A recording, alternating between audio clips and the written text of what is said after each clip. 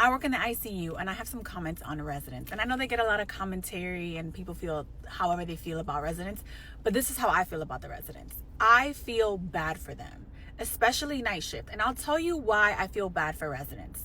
One, they've spent the majority of their medical career theorizing, taking exams, etc., not really hands-on approaching patients. Then they're being thrown into a high acuity where they are the manager of prescriptions, of determinations, etc. And when you're in night shift, these attendings, they don't want you to bother them. They don't want you to call them. They don't want you to ask for their feedback. They don't want you to ask for help. And these residents are literally scared shitless about contacting their attending when a patient needs something that they need to be supervising or that they need to sign off on. And I think that is just one of the most horrible ways to learn, to experience the medical field and the healthcare field.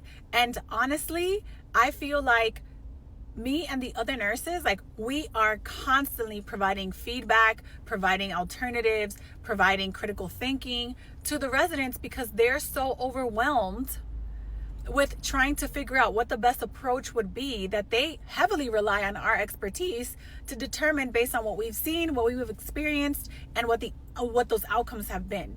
So when July comes around and you're seeing these residents and they're putting in, orders that don't make sense or whatever the case may be, try to be a little kind to them. Try to see it with some grace, because I cannot imagine, and I know that nurses, there are mean nurses or whatever, but I have never experienced the amount of visceral reaction to asking for help from the people that are quite literally supposed to be helping you so consistently throughout the beginning of your healthcare career, like a resident.